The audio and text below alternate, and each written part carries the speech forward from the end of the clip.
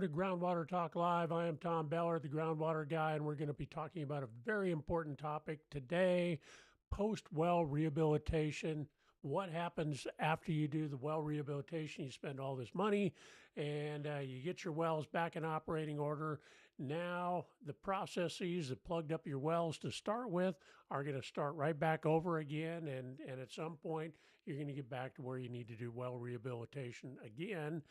It's just part of the process. It happens. So different wells plug up at different rates, but it's going to happen again. So what do we do to keep our wells healthy and operating and stretch that time interval out between well rehabilitations? That's what we're going to talk about today. So before we get going, though, I'd like to see if everybody can like, comment, and share. It helps get the word out there and really helps people subscribe to the channel, which helps us beat the algorithm, as it were, and gets people to tune in and watch our shows. And we really appreciate it. Any comments you post, I always respond to the comments. So if you have any comments or anything, please feel free to leave them, and I will respond in due order. All right, so let's dive into our topic today, and it is very important because we've reached the point, for whatever reason, you've done well rehabilitation, whether your wells have completely shut down or you understand you're operating on a schedule. But the simple fact of the matter is, most time, the operating principle out there is run to failure, and that is not something we want to do. We don't want to treat our well assets that way. So what do we do after we do the well rehab to kind of keep our wells healthy and stretch that interval out in between well rehabs and really maximize our assets? So let's dive into the presentation today and talk about a tale of two well approaches. Number one is the traditional approach we see out there. Generally, we're going to build a well based on general specification, and it's going to be the low cost bidder is what comes down there, and then we run the well to failure until it quits pumping or the specific capacity reaches a minimum, and we're not getting the production we need to maintain our system and the productivity we need. So now we're kind of panicking, trying to look at emergency repairs, trying to get things, get that well addressed as quickly as possible. And then so we go in and we do that, probably spend more money than we get, and rinse and repeat. And probably what's going to happen is, because you're not maintaining that well, there's going to be a premature replacement of that well. Now, the life cycle approach, and we did a show a few weeks ago with Marvin Glotfelty on the life cycle approach to looking at the cost of the well and really looking at things as an investment, is really specifying the well design based on maximizing the life of the well, which means it's going to be a little more expensive up front than you would get with a low cost bid approach. But you're going to increase that lifespan. Part of that is going to be that you're going to maintain that well doing regular well rehabilitation and have scheduled well maintenance. And then ultimately you're going to plan and budget replacement costs, but you're going to stretch that lifespan out as long as possible. And if you're doing the well rehabilitation on a regular basis, as indicated, what we're going to talk about here today is you're going to not only maintain that well, but you're going to be able to lengthen the period in between well rehabilitation, but still maintain that well adequately, so it'll stay healthy and continue producing on optimal levels over the lifespan of the well. So, okay, sorry, going back here, I'm punching the wrong button. So the consequences of neglecting your well. Uh, would you drive your car for 300,000 miles and never change the oil? Well, that's kind of a ridiculous question, and nobody would do that, because obviously your car may not make it to 300,000 miles if you never change the oil. The same thing goes on with our well. That we treat our car as an asset and we maintain that asset. We need to do the same thing with our wells. And unfortunately, a lot of asset management programs at small water districts really asset management stops at like the treatment plant. It never gets to the well. The well is a very important and a very expensive asset that really needs to be maintained like any other asset, and we need to treat it the same way. So just like you would not drive your car these distances without ever changing the oil, you want to maintain your water well as well. It's the life the water supply is the lifeblood of your water utility, quite frankly. So you want to maintain that asset. So a neglected well is really going to lead to multiple things. We're going to have, and these are natural conditions that are going to happen that are going to plug up your well. So mineral incrustations, and we've talked in plenty of other shows about how these things develop. So we're just going to kind of talk about them here real quick. But we're going to get mineral incrustations, biofouling, silt and clay plugging. These things are going to plug up our well. We're also going to get corrosion in our well. That's going to shorten the lifespan as well. That's generally going to be a design issue, but recognizing the fact that corrosion is going on is going to be part of our maintenance program, and really looking at the health of that well to make sure we address any corrosion issues. Sometimes corrosion will develop at joints and things like that. We can fix that if it's done in time, but we don't want to ruin the integrity of the well by neglecting that stuff too long. So these are things that can happen in a neglected well that really need to be addressed in order to make sure that we maintain productivity in that well at an optimal level. So, of course, premature failure is the ultimate consequence of neglecting your well. So we want to avoid that because once again, replacing wells is a very expensive proposition, and it's not something you want to do before you absolutely have to. So okay, so let's talk about measuring well performance. This is going to be part of our post well rehab. We call it our optimal well performance plan. It's just kind of our name for the set of circumstances we employ to measure the health of the well and determine how that well is doing, and then the maintenance procedure we do to maintain the health of the well so that we can stretch that interval out, like I mentioned, for as long as possible in between well rehabilitation. So the question is, how do we measure that performance? How your well is doing, and what measures can we take to get to when a well actually needs to be rehabbed? So first off, we're going to look at specific capacity, and specific capacity is really discharge in gallons per minute divided by drawdown in feet. So gallons per minute per foot of drawdown is really the measure of specific capacity. This is an expression of the productivity of a well that can really tell us when a well performance is declining. So tracking specific capacity is very, very important because it's something the discharge and the drawdown are data you should already be collecting. Very, very easy, very cheap to collect. Just graphing that out will tell you how your well is performing, and as wells plug up, we will see the specific capacity go down over time. So this is an important measure, very easy to measure. So even if you track nothing else but specific capacity, this is something you should have on your books to track. All right, bacteria are another big issue. Biofouling, I've heard reports that up to 80% of well plugging issues have some biological component. Mike Schneiders from Water Systems Engineering says it's around 40 to 45% based on their data. But whatever the actual number is, it's a very real and a very significant proportion of the well plugging that goes on. The biofilm, the slime formation will plug wells up. And that is something we really need to monitor, especially if our wells are prone to biofouling.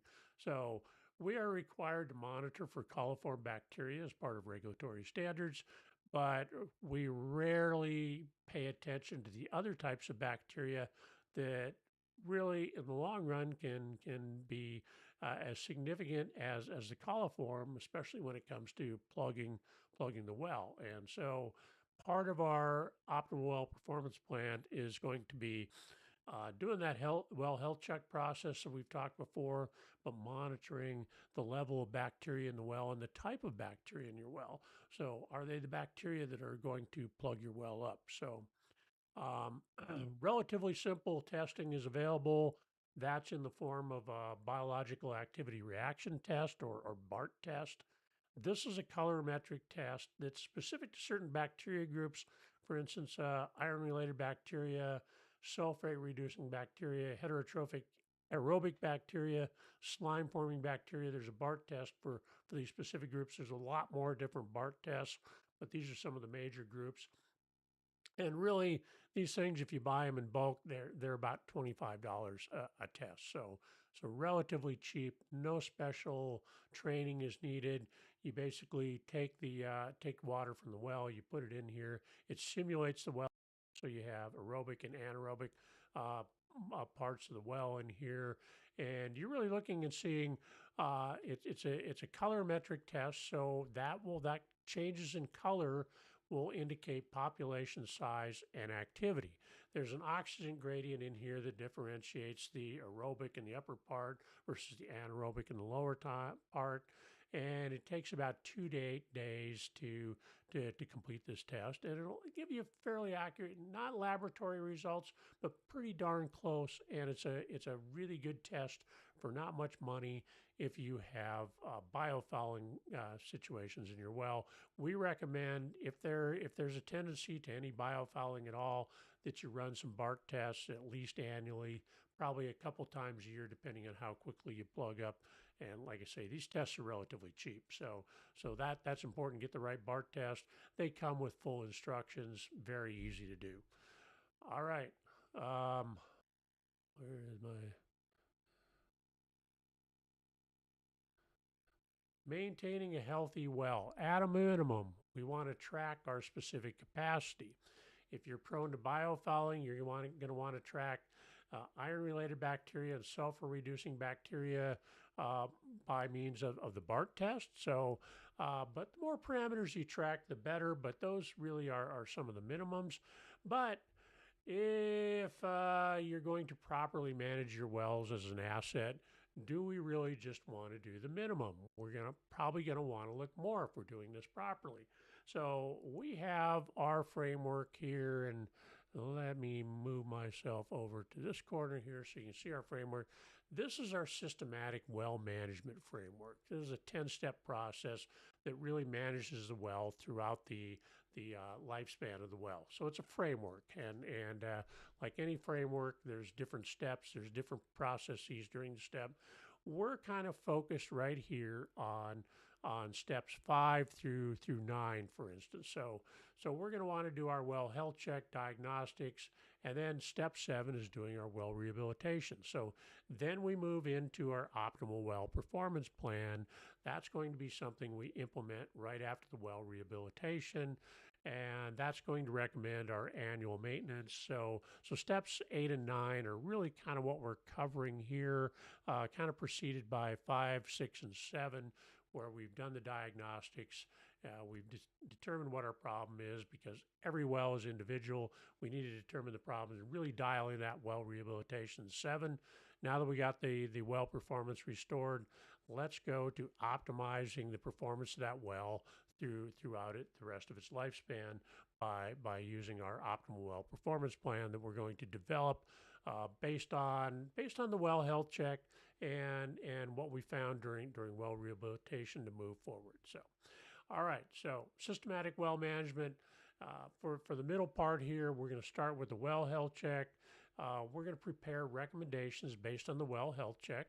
We're going to implement the well health check recommendations, which is usually going to be some sort of well rehabilitation that's designed specifically for the conditions in that well. The well health check is going to tell us what those specific conditions are, and then we're going to develop a well rehabilitation plan around that. So we got other shows on the well health check process, but we're assuming that's done. Now we're going to implement those recommendations, which is the well rehab, and then we're going to develop an operational plan to maintain a healthy, productive well over its remaining lifespan. So this is the well health check process. Just a quick recap here. We're going to do chemical and biological testing to do some diagnostics. We're going to look at physical parameters like sanding and specific capacity and electrical usage. We're going to review the driller's logs, e-logs, any data that's out there. Especially important is well video logs, so we can get a look-see what's going on down the well operational history, well rehabilitation records. We're going to look at all those things to develop our recommendations for well rehabilitation, and this is also going to be the basis for developing our optimal well performance plan. We're going to look at what happens after well rehabilitation in that final video after well rehabilitation. We're going to add that to that, and that's going to go into our optimal well performance plan. The optimal well performance plan is then going to develop a set of key performance indicators, or KPIs, like you hear me abbreviate it, and those are what we're going to track going forward. Doing the well health check laboratory test on an annual basis is a good place to start, but you should at least have your key performance indicators in place that you're going to track and graph up, that is going to tell you when your performance is degrading to the point where you need to do well rehabilitation. Consulting, I'm a consultant. I throw this in here. Consultants are relatively cheap to the rest of the operation, but at the very minimum, having a trusted advisor that you can bounce things off of and really maintain this thing going forward. Sometimes smaller water districts don't have the technical expertise, so having a trusted advisor you can turn to is really important. There is a lot of advice out there and a lot of bad advice out there, so you really want to make sure you have somebody trusted you can deal with these technical matters on and help on that. So semi-annual review of your KPIs and well performance, that can be done at the board meeting, technically with your consultant, whatever, but you're going to want to not just file this stuff away like we do with a lot of our data. We're going to want to look at that, monitor that, graph that, and review it on a regular basis. We're going to want to do routine well video logging. Not necessarily every year, it depends on how quickly your well plugs up, but certainly every couple years, 2 or 3 years. I recommend not going longer than say 3 years in between well videos, because it's such an important diagnostic tool to see what's going on down the well. And we're going to want to develop our well rehabilitation strategies and our schedule. That's going to be based on our KPIs and the well health check we did prior to the well rehabilitation. So, and then develop well maintenance strategies. What are we going to do on an annual basis? Are we going to do rawhiding the pump? Are we going to flush some chemicals down there? What procedures are we going to do to maintain the health of that well?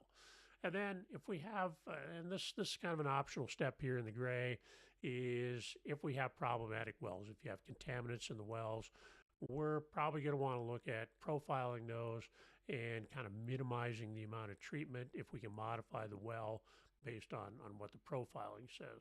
We got some videos on that, so I'm not going to dive into that too deep, but it is important that you can avoid significant treatment costs by profiling the wells and modifying your wells for certain types of contaminants that can really almost eliminate the need for treatment. So that's important as well. All right, so KPIs they're an important tool just in how we do our well diagnostics going forward and maintaining the health of our well and the optimal schedule for rehabilitation. So we're going to track these things. These are some of the key performance indicators. Some of these, maybe not all, but these are generally what we're going to test in an initial well health check. And then we can determine what's important to really track, maybe take 5, 6, 7 and track those going forward. So I'm not going to dive into each one of these. We've done that in other shows here, but the important thing is we have chemical parameters we look at, we have biological parameters, we have physical parameters. I would generally, if you're looking at wells that have biofouling issues, I would probably at least test for these biological parameters every year, chemical parameters, depending on what we're looking at, the iron levels, the manganese levels, those are real common. Uh, and these are not things you normally test for as part of your regulatory pattern, but they're going to tell you what's going on in the well and the well plugging conditions as well. Physical parameters, specific capacity, I already talked about, and some of these others are going to just help you tell um, when you're getting reduced well efficiency when the well is plugging up. So what we do then is we put these into, and I'm not going to belabor these too much because there's a lot of detail here, but what we really do is we group them into different parameters. These are the biological parameters, and we look at ranges of results, and we put them in a green zone, a yellow zone, a red zone. Some people use numeric scoring. That's just fine too. I find sometimes color coding makes things much more visual so you can kind of see at a glance. So you can really see that we classify things into these different areas based on our test results. So if you're in the green zone, generally things are going along pretty good. You're within normal operating parameters. Probably don't need to worry about well rehabilitation quite yet. If you start having some of these parameters falling in the yellow zone, now you need to start looking at maybe scheduling up well rehab in the next year or two. If you have a significant number of parameters in the red zone, now what we're going to want to do is look at doing well rehab right away, because you're starting to get to the point where you're getting some significant plugging and your indicators are indicating that. So these KPIs will tell you if you're in the red zone, start looking at well rehabilitation right away. Hopefully you kind of have that budgeted out, but it's important that you start looking at right away, because you could degrade to the point where you do get well failure. So that's important. Looking at chemical parameters, these are some of the things we track. Now, iron, you notice we break the iron out into different iron 2 and iron 3. Those tell you different things. So iron 2 will tell you if you have corrosion going on in the well. Iron 3 is will plug things up, and total iron. We also have during the well health check, we do resuspended iron, which is iron that's been resuspended by bacteria activities, because bacteria and iron go together. So a lot of bacteria can accumulate iron, and you think that it may be just iron accumulating from corrosion or whatnot, but it can actually be biogenic iron as well, and manganese is the same way. So um, hardness can really affect, hardness and alkalinity kind of go together. They can affect the amount of chemicals you have to use for well rehabilitation. So it's important to know those numbers. So these are some of the parameters we track for chemical, and you can see how our KPIs tend to fall into these ranges, so we can know when we need to do well rehab. Moving on to physical parameters, we can see here, these are generally based on a percent decline. So right after well rehabilitation, we may have a specific capacity, and if we're seeing 5 to 10% decline in that specific capacity, that's going to put us in the yellow zone. So we know we're plugging up. We're losing that performance on our well and productivity on our well. So that's going to put us in the yellow zone. If you have more than a 10% decline in specific capacity, now you know your well is plugging up enough. You really need to consider doing well rehabilitation relatively soon. So, all right, KPI changes over time. KPI changes over time can allow troubleshooting. So this chart is, you've probably seen it before. It's out there on the internet. It's a good illustration of using specific capacity as a KPI to track when it's time to do well rehabilitation. So the blue dots on here that kind of make those arcs are specific capacity, and we can see over time the specific capacity on a well is going to decline. It gets down to the point where we have the little star on there. That's going to indicate a well rehabilitation. That's going to restore some of the performance. In this case, they're being kind of modest in the projections and saying we're not going to get back to 100% of what we had before. maybe 90%, and then you start the process over and over again. Well, what would happen is if we didn't do well rehabilitation, you can see we have the short-term trend on there, and that really indicates what would happen if we didn't do well rehab. You can see it pretty quickly goes down to zero specific capacity. This is not good. What we want is the long-term trend there line that you can see that's indicated by the top of those arcs there, and that's going to give you a lifespan that's like 5 or 6 times the short-term lifespan. This is by doing what regular well rehabilitation is going to stretch the lifespan of your well out, and by doing well rehabilitation when it's indicated by tracking our KPIs through our optimal well performance plan. So that just kind of gives you a visual illustration of how some of these parameters work using specific capacity as the KPI in this circumstance.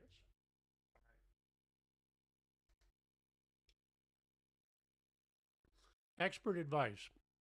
Like I said, trusted advisor, you really want to have a trusted advisor, whether it's somebody on your team that has the technical knowledge, whether you have a consultant that has the technical knowledge, but somebody you can rely on for their advice, because there's a lot of bad advice out there. We fall around behind people, and unfortunately, we see the results of a lot of bad advice, people spending money, people actually damaging their wells by following bad advice. So at a minimum, if you get bad advice, you're going to waste some money. At a maximum, you could damage your well and do permanent damage to your well. We've seen that actually happen. So you don't want to go there. You want to get good advice, and it can be challenging because you don't know. But you want to plug into and find somebody that's going to be your trusted advisor, who's going to allow you to sort through some of the advice you get and say whether it's good or not. So doesn't have to be expensive. You can do we do things like a mastermind where we meet a couple times a month with a group of people where we go over things, and so not only are these people in the mastermind getting expert advice, but they're also doing peer counseling as well, so that, well, not consulting, I guess I would say, but you're getting advice from your peers who are also in the business, but also some expert advice guiding that. So that can be a really good way to do it. So, and it, like I say, it doesn't have to be expensive, but it really is something you need to get good advice. That's the place to start. So, and you need somebody that's on call that is available to assist when problem situations arise, and you can deal with those things. All right, semi-annual review. We talked about this a little bit. Let me move myself back over here. Yeah, kind of, well, anyhow. So data should not just be filed away somewhere. We see a real tendency of folks to take their data that they collect and just file it away, never look at it again. Data, it's expensive to collect that data. Use that data, graph it up, and chart it, and make sure that you're using that to determine how your well is performing and anticipate problems. Don't just run to failure. Anticipate the problems and deal with it ahead of time. So we we recommend reviewing this on at least a semi-annual basis. Sorry about that. All right, routine well videos.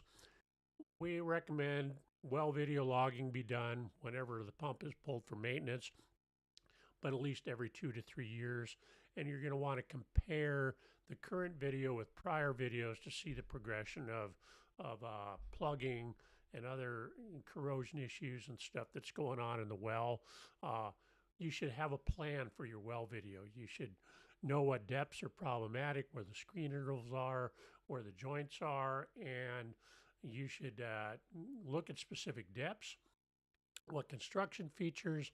You want that to be consistent from video to video so you can do comparisons. And you should have your video operator go at a speed that's going to make the video usable instead of just I've seen a lot of videos where I get vertigo from they fly down the well so fast and come back out that it's crazy. It's not useful at all.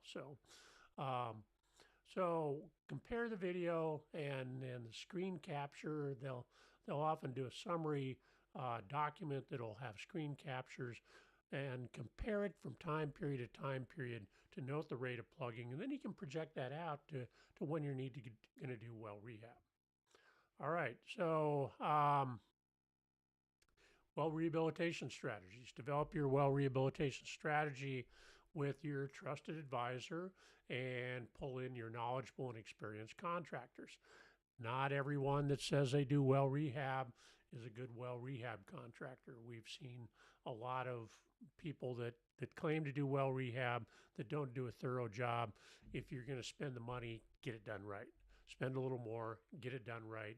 It'll pay off in the long run. That extra money is really an investment. So don't just go cheap on this. Make sure that your contractor knows what they're doing and they're doing everything that needs to be done. If you're bidding, develop and publish detailed bid specifications, and that's going to be based on the recommendations in the well health check process. So you're going to want to have put those into your bid so that people know what they're bidding on, so that you're going to be able to compare apples to apples in the bid. And you're going to want to document that well rehabilitation process. What worked, what did not, what needs to change next time. Take detailed notes so that you can pull those out and make sure that you understand. You may end up retiring, somebody else may come in. They'll really appreciate these notes as they move forward and not have to rebuild that knowledge base. So documentation is important for continuity purposes. All right, well maintenance to maintain performance. These are some of the techniques like I mentioned, we use the well specific KPIs. It's not one size fits all. Every well is different. You want to track KPIs for individual wells. We use a dashboard. We usually set things up like in a spreadsheet and use a dashboard to track everything. And you can make it fancy. You can have the graphs change color and all that stuff according to our color coding. But the important thing is you want to set trigger levels so you understand when you're getting into that particular situation where you need to do well rehab. Designing wells for maintenance. Probably a little more controversy here is it worth putting in flushing mechanisms for the gravel pack, corrosion protection. These are a little more controversial, but some people have done that, and sometimes you get some pretty good results. Camera tubes, so you can get a camera down the well without pulling the pump. That's going to be important because pulling the pump can be expensive. So having a camera tube so you can get that camera down there and look at your well is really going to make things a lot easier. Multi-level injection points. There are some well rehab contractors that do this, and they'll put these injection points down the well so that they don't have to pull the pump necessarily, but they can inject chemicals in the well at certain levels that are going to help things. It's once again one size fits all techniques. Sometimes they work well, sometimes they don't work so well. So I've seen these have variable performance. So you really need to design something specific to the well rather than one size fits all. So video monitoring, whenever the pump is full, we talked about that.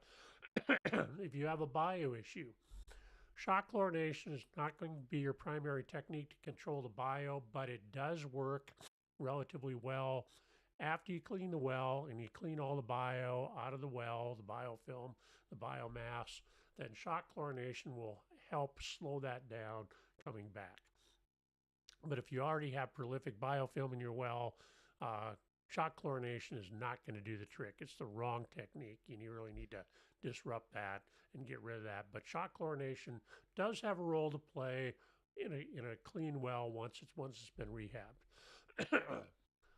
Other chemical treatments on an annual or routine basis, small dose chemical treatment, the multi-level injection we talked about, and rawhiding the pump can help. It's just a technique of turning the pump on and off over intervals, and it'll get some flushing action in the well. It's not the same as doing well rehab, but can really help that silt and clay plugging.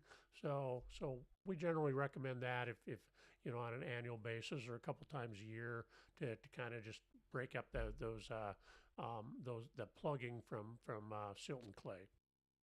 All right, well maintenance strategies. Work with knowledgeable and trusted suppliers. We already talked about that a little bit, but it's really important. You want to include backup or idled wells in your well maintenance strategy. We see a lot of backup wells developing coliform issues because of the stagnant water.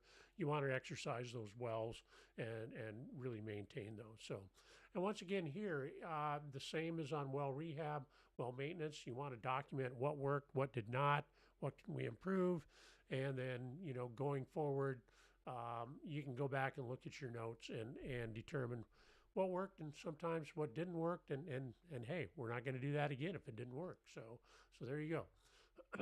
Profiling problem wells.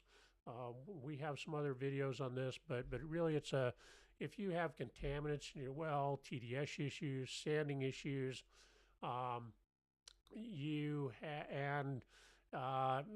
determining flow intervals. This is where profiling can come in.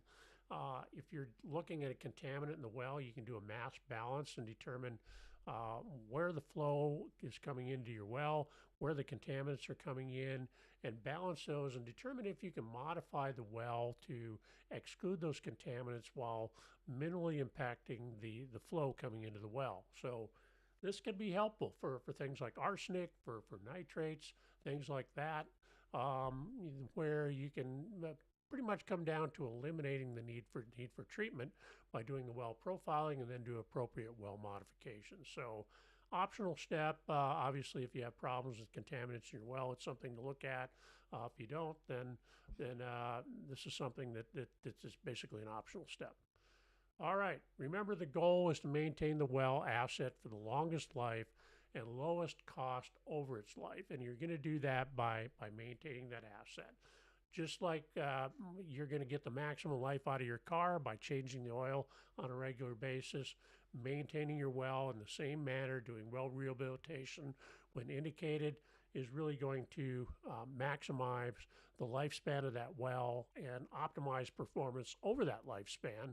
And that's really what we're looking at. So, and if you add everything up by doing the life cycle approach, then ultimately over the lifespan of that well, it's going to be cheaper than a cheap well up front that's poorly maintained and has to be replaced right away. You're going to actually get the best cost and the lowest cost over the lifespan of that well by properly maintaining it. And that's the important thing here. We want to get away from the run to failure attitude and strategy in the business and get into an asset management mode where we're managing that asset for optimal performance. And that's really kind of what we're getting at here. All right, so that is the show today. Let me know if you have any questions. We recorded this last week. We didn't have any sound, so we're doing it again. So my apologies on that. And I'm always happy to hear what your comments are. If you have any suggestions on this particular topic, what do? Let me know in the comments, and I'll look forward to hearing your comments. All right. So if you're a groundwater expert and you want to come on the show, and we got some guests coming up, but if you want to come on the show, this is the link to my Book Me page. You can book a time to come on the show. We'd love to have you and have you share your knowledge with the water community. All right, so that's the show today. Thank you very much.